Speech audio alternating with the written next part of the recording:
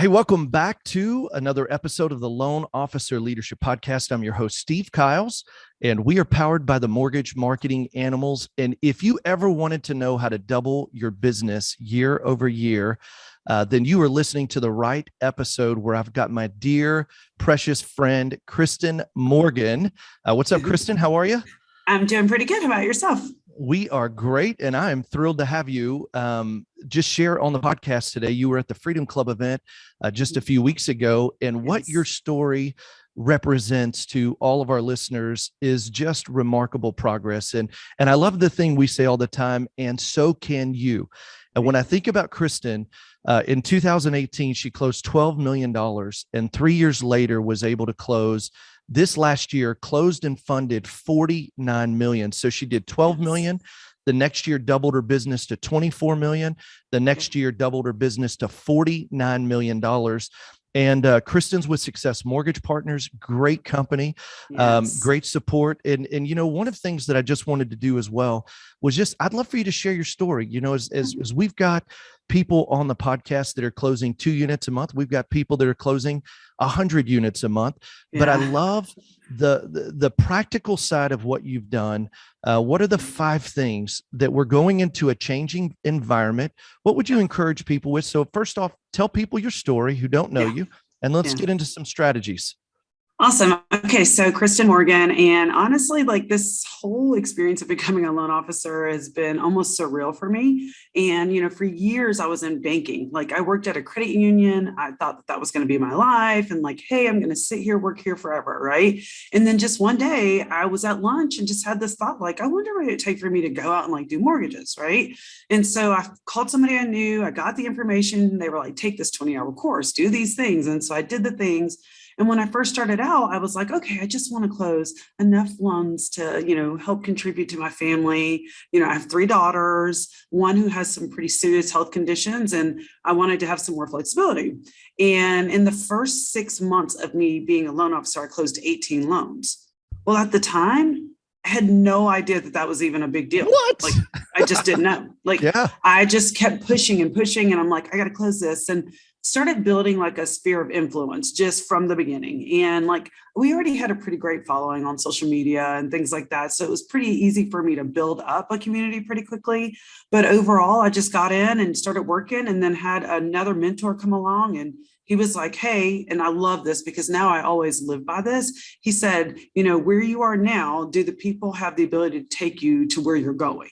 And at the time I was like, dang, you know what? That's a really good question. And it allowed me to make moves. And that's also kind of been the basis of how I sometimes make decisions around my business. So come in, had a great mentor who came in and for almost 2 years mentored me, taught me like how to get in, get these deals done, and be organized. And then I just started building a culture from there, came up with my own tracking systems and just ways that I wanted to do business in regards to who I am, which is so important to me, because I'm not in this just for anything. I love building relationships. So let's say that. But just, I don't know, like it's been a cool thing to watch, and watching like scaling my business, growing my team, you know, and helping people reach their fullest potential. It's been pretty amazing over the last almost 4 years now. Yeah. Well, and let's be clear, you've only been in mortgage for 4 years now, 3.5, 4 years. Yes. 3.5. Yeah. Well, and what I love about your story is it just goes back to with the right activities, you know, and when you were just talking, you know what I wrote down? I wrote down the word fundamentals. What you spent the first 2 years working on were the fundamentals of the business. So true. And then you were able to put your personality on top of the basics. It's like running the play. You know, we talk about the daily success plan. Even today, Kristen, you know, it's crazy. Rates are in the 5s clearly, you know, and you hear the sky's falling. Oh my gosh. But if we'll stay focused on the fundamentals, the fundamentals are what drive your business. So, hey, talk about this. So in year 1, when you did 12 million, and then you went to 25, I want you to really focus, not where you're at today at 50, but from 12 million to 25 million. What were the 2 things you did that helped you grow to the next level? Share that with our audience. So I started, like, a lot of times I see this all the time. Loan officers track their business in so many different ways. Like they have a Google sheet, an Excel spreadsheet, they use OneNote, they use Twilio, they use all these things. And so I went in and said, you know what, I just got to find this platform where I can manage my business from one place. And I also wanted to be able to manage my business where I didn't actually have to log onto my laptop either. So like if I needed something that I could get access to it, right? And so I came in, I know a lot of people are using Monday.com, and I started out and I customized and built from the ground up my own system of using Monday.com, which initially when I first did it, I sat down on a Saturday and it was like, did the basics. And then over a 12-month period, it turned into like this Mac Daddy of a thing for us, So I will tell you, I can 100% say that was the number one thing, because there at that point, the way that I was tracking leads, the process I started putting in once I could effectively track my leads in my pipeline, then I wasn't missing opportunities. I know exactly how many leads I had for 1 month. I knew exactly how many loans were closing. Like it just created an incredible workload for not just me, but for the people who were with me and joining me. And then outside of that, still started building in. So, we have the fundamentals, like just do the basics of the basics. But then I started building in processes like, oh, you know what? I want us all to use the same custom note formats when we're doing a pre-approval. So it doesn't matter if it's me or Shelby or anyone else that's on their team. Everybody follows the exact same guideline to do my pre-approval so that we're all thinking the same way. So just building in those things. So that was the first thing, tracking, putting together, that was huge for me. Mm-hmm. The second thing is really creating a culture that stood out. Like I started creating a culture that stood out. Like for those who don't know, my team is called There's No Place Like Home Mortgage Team. I wear red high heels to all of my closings. Everyone gets a sign that says there's no place like home. And I ask them to write their favorite quotes or scriptures on the back. And I just started building a culture, and it's everything that I am, but it just made sense. And once I started building that culture, it just kind of really, really took off. Yeah. And we're going to talk about it because that's another piece. So number one, track your business. You can't manage what you don't measure. That's right. And if you don't know, and I love the fact that you just found a solution, but you know what I see all the time, and it's so crazy, is that Kristen, if like you ask somebody how many leads you get this month, it's like, I don't know, a bunch. How did they convert? I don't know. I closed a lot of them. Right. There's no way to really fix the holes or the gaps, because if you're not measuring it, if you're not going in and finding a way to track the business, you just don't know where the problems are. Is it in my conversion? Am I losing deals at contract? Are leads not converting to completed apps? So that's huge. So we got to track your business. Hey, you said something as well. And number two was sweat. You didn't like, we've been talking about this on the podcast, same way every time. Yeah. When you talk about the process, same way every time. Well, listen, and I'm convinced this, Kristen, you know what? I think process wins over personality. Not the first time, but over time, because sometimes a big personality will win. But if you want to win in the long run, you got to have processes that are the same way every time. Sweat. I love that. Yeah. And then culture of standing out. Hey, I love this. You are just the classiest person I know. I mean, I am telling you, it's so fun. The red high heels, you got closings, your agents are like flashing the red high heels. And and tell me, how did you come about? How did you build that? Like, where did you come up with the idea? There's no place like home, red high heels. Was it an accident or was it thoughtful? Like, how did you do it? It was an accident. Okay, it was so a total talk about accident. that. Yeah. Okay. So my favorite color is red, has always been. Like my first car was red. I've always been obsessed with red. Just has been a thing for me. And one day I was going to a closing. I bought a pair of red high heel shoes, which I still own those original ones. Even though I broke the heel, I still kept them. It's just like bad juju to get rid of them. But I was walking across the street going into one of my closings, and this lady driving by in the car rolled her window down and was like, "Oh my gosh, I love your red shoes. It reminds me of There's No Place Like Home, like the Wizard of Oz." Now, mind you, she had zero idea I was walking into a closing. Like, she just said it. And I thought, oh my gosh. That's it. Yes. There's no place like home. Yeah. Wow. Yeah. And so it just took off from there. Like I had an original design, which I cannot wait to share this at the Freedom Club in July at Lake Tahoe, because I'm telling you, I have this great presentation of how my logo started out to what it evolved to today and like everything. But I just started running with it. And then I not only started using that like slogan, it was like really embodying that, like making sure that we were educating people and saying, hey, like this is a big deal. And because it's a big deal, it's important that you have someone who actually cares. So yeah, it was total accident, but it worked. It works well for me. Well, and I think that it just reminds me to be more aware. There are things that are said each and every day that could literally be the linchpin in building a standout culture. Yeah. And I think when I think about you and I think about what you're doing, it's because you found it, albeit accidentally. I don't even think it's an accident. I think you were just being aware. Divine, and then what has happened is it's become contagious. Like people love it. It's fun. Yeah. It's memorable. The red high heels, there's no place like home. And I think in today's environment, we've got to find ways to stand out from the crowd instead of just being mortgage people. You know what's crazy, Kristen? Nobody looks up and says, hey, I can't wait to get a mortgage. Nobody. Yeah. They get a mortgage because they find a house they fall in love with. Yeah. Okay. Well, this is great. So there's 1, track your business. 2 is process, same way every time. Sweat. 3 is culture, standout culture. What would be 4 and 5? Give us 2 more. Okay. So my very first thing, hold on, I have it written down here. I have the last one. I know what my last one's going to be, but mindset. Your mindset. So like, I know a lot of times people talk about this, but it's absolutely true in this business. Like your mindset is everything, because it's ever changing. Like one day your minimum credit score may be 600, next day, maybe 620, maybe 640. And your mindset has to be strong and you have to be prepared to adapt to whatever is happening. Rates going to 5%. You know what? I could easily sit around and just be like, I cannot believe what is going to happen. And instead I'm like, hey, it is what it is. And really, ultimately, I'm looking at it going, right now, I'm still going to help people get into homes. And this is going to give me an opportunity in a few years, if and when rates go back down, to refinance these for these people. So it's the ebbs and flows, the highs and lows. And I'm not going to allow what's happening now to stop me from progressing for my future. I love it.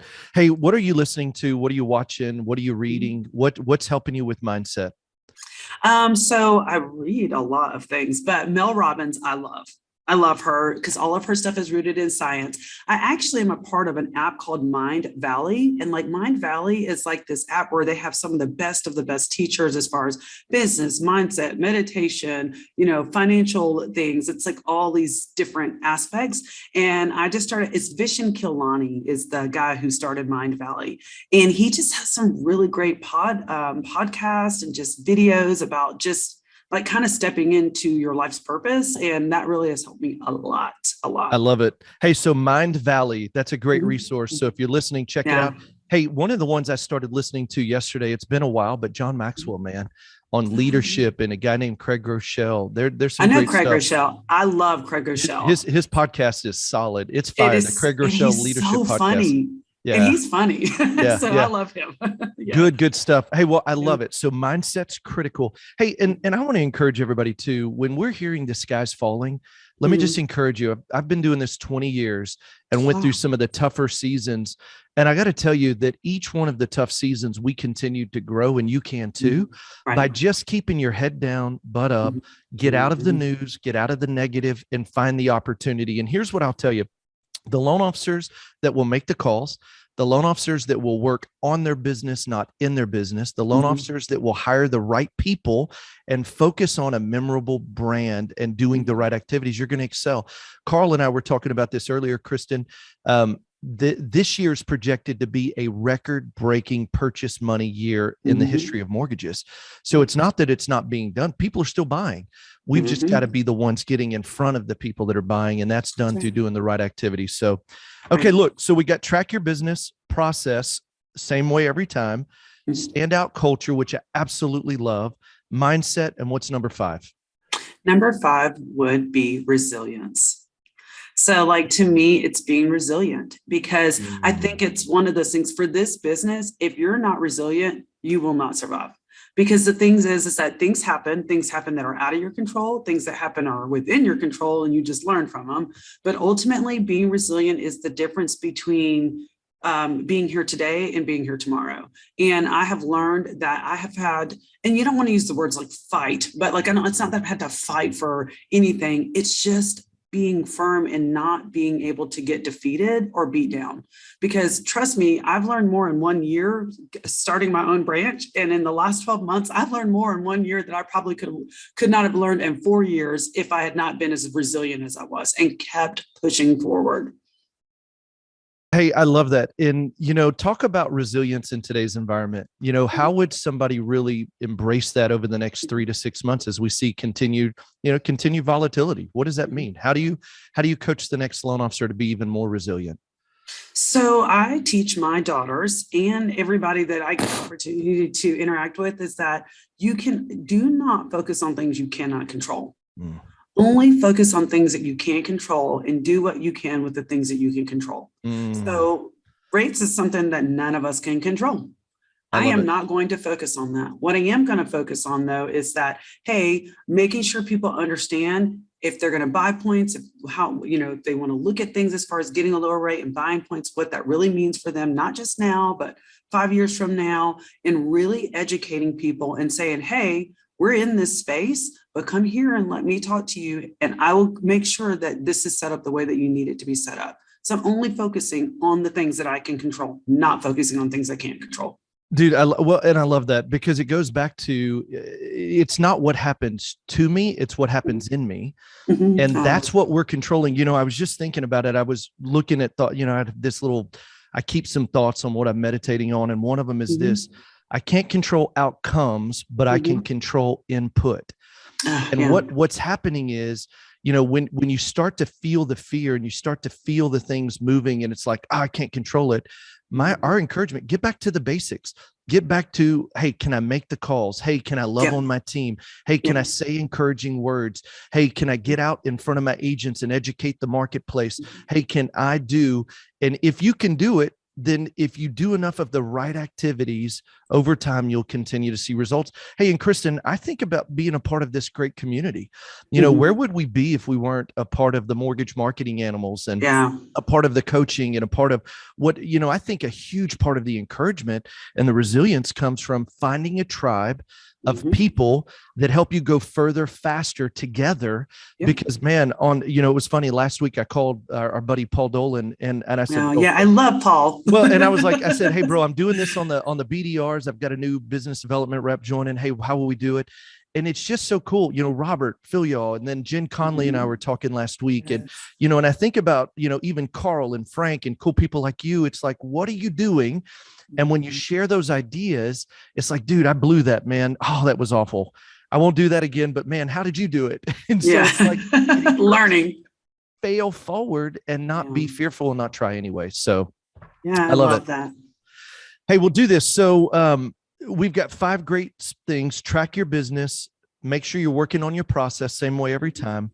A standout culture, focus on mindset, and then resilience, don't quit. So give us some closing thoughts. Hold on. And before you do that, if you're listening, you're saying, man, I love the results that Kristen's got. We can help you too. We have what's called the Freedom Club. It's a phenomenal coaching organization. It's what's helping each one of us get better. You want a free demo? Go to freedomplanningcall.com, freedomplanningcall.com. Book a time. It'll be with Mike or Erica, one of our great team members that can help you put together a plan over the next 90 to 120 days so that you know what to do in today's environment. Freedomplanningcall.com. Book it. Kristen, give us some closing thoughts, and then we'll wrap this up. Now, I think that just overall, when it comes to the space that we stand in, I feel like people need to learn how to claim space and be okay with the spaces that they're in. And you know what? You may not be perfect at doing, down payment assistance or jumbos or whatever it is, but whatever space that you claim that space, stand firm in that space, and then just thrive. Don't go outside. Now, push yourself. Don't be unwilling to change and unwilling to learn, but just learn to take up space and energy in a way that's productive and effective and that you can actually help other people. Yeah, I love that. Man, it's so good. Thank you for coming on. I love your story. Thank you for having me. It is, man, I just love what you're doing. I love the success you're having. So listen, you went 12 to 24 million, 24 to 50 million. So this year, pushing 100 million, girl. No, 100 million. We're going for the 100 million this year. And I'm going to have you back on and you're going to say, Steve, we did it. Yeah. And I'm going to be like, we started off a little slow, but we picked up and it was good. Well, and I tell you what, that's part of it. So each one has their challenges. And I just want our listeners to be encouraged. You know, here's the thing, keep going. Don't quit. You only fail when you quit. And that's why I love the saying we say at the end, anything we're doing is worth doing badly. Just get started. And so wherever you're at today, I want you to be able to say, if Kristen can do it, I can do it. And I want you to know that, yes, you can do it. So be encouraged in today's marketplace. Hey, a couple things. Make sure to subscribe to the podcast. That way it's coming to your inbox every single week. And also, are there 2 people today that you literally could right now look down at your phone, wherever you're consuming content, and text it to them and say, hey, you got to hear Kristen's story and the 5 things that she did to double her business year over year. Text it to them right now. Send it. I know you're thinking about it. If you're driving, don't. But if you're not, literally send it to 2 other LOs you think this will benefit or help. And again, Kristen, thank you so much for being here. Thank you for having me. And for everyone, keep staying a part of what we're doing. And remember this, anything we're doing is worth doing badly.